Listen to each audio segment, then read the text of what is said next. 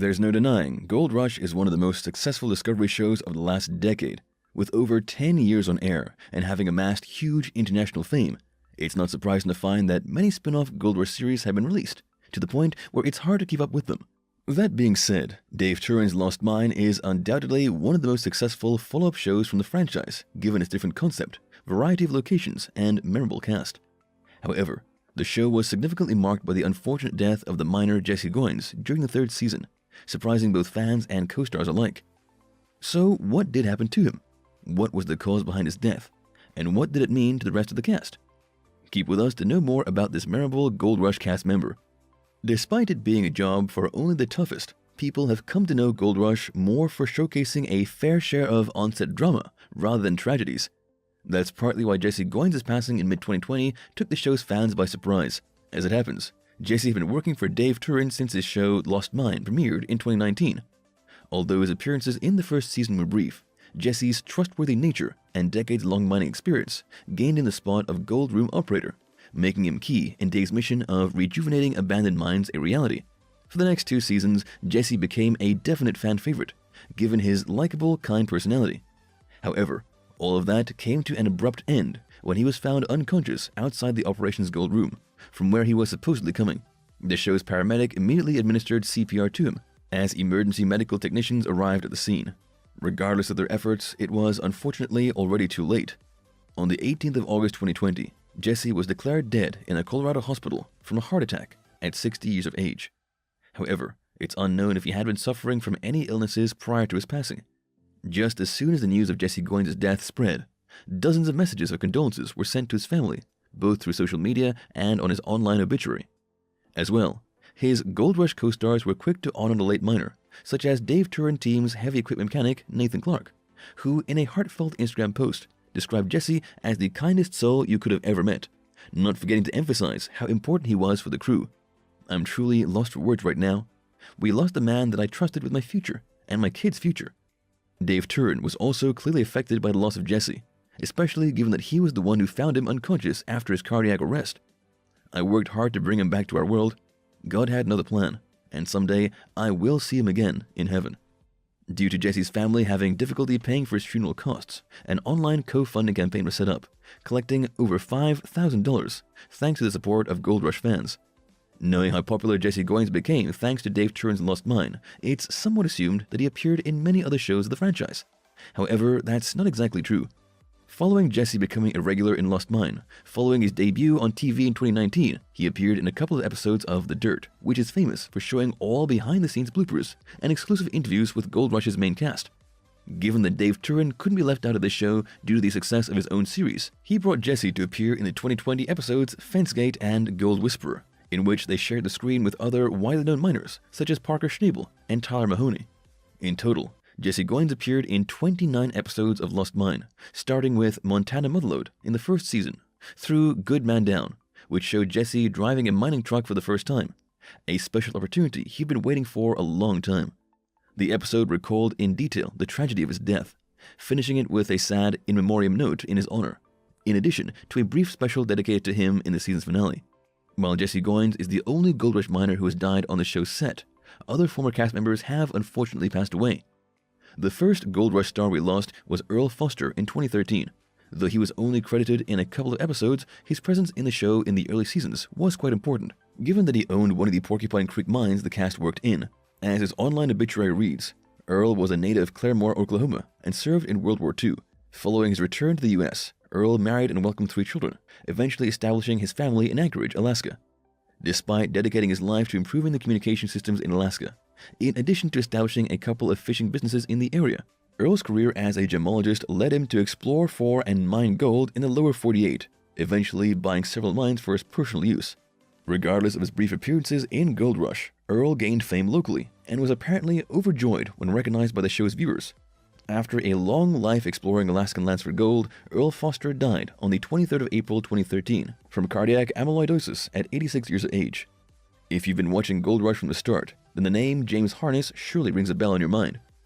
Working as a mechanic for Todd Hoffman's mining operation, James secured a place in the show for the first 2 seasons, though his appearances were shadowed by a couple of unfortunate incidents. As many loyal fans might remember, James often suffered from constant back pain, which affected his job performance. This condition was caused by a severe car accident he'd had a couple of years prior, leaving him not only with chronic pain, but also making it difficult to find a job. As James told Oregon Gold in 2012, he wasn't in a good place before being invited to appear in the show by Todd, for whom he had worked previously. Because they knew I was down and out, they offered it to me, and I didn't have a lot of other choices. Thanks to the show, James was given free surgery to alleviate his pain.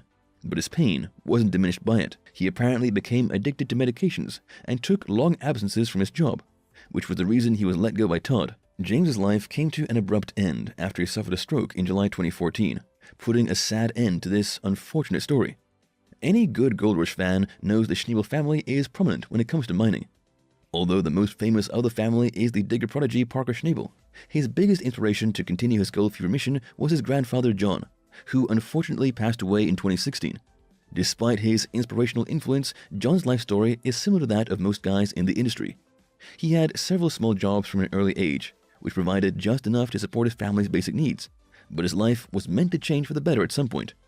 After completely establishing himself in Alaska in his early 20s, and soon welcoming 5 kids with his wife Irma, John found himself invested in gold to the point where he bought his first mine in his 40s, though he didn't explore the place until 1985. With several decades in the business, John basically put his land in his grandson Parker's hands later in life, along with passing on his vast knowledge. However, John went through several health complications too, first suffering a heart attack in 2011, and then being diagnosed with cancer a year later. Although he recovered from both, on March 18, 2016, John unfortunately died in his sleep at 96 years of age. The name Dave Turin is very familiar to everyone who's been watching Gold Rush long enough. After debuting in the show in its first season, the so-called Dozer Dave didn't become a regular cast member until the second season, when his work in Todd Hoffman's operation became hard to ignore. Unfortunately, Dave's presence in Gold Rush came to an end in 2017, after being involved in a fight with his former crewmate, Trey Paulson. Although he left Hoffman's team and the show altogether, his career in the mining business hadn't ended yet. The fame he gained in the show served him well in getting other jobs in the field, being called from all over the US by people who wanted him to revive their mines.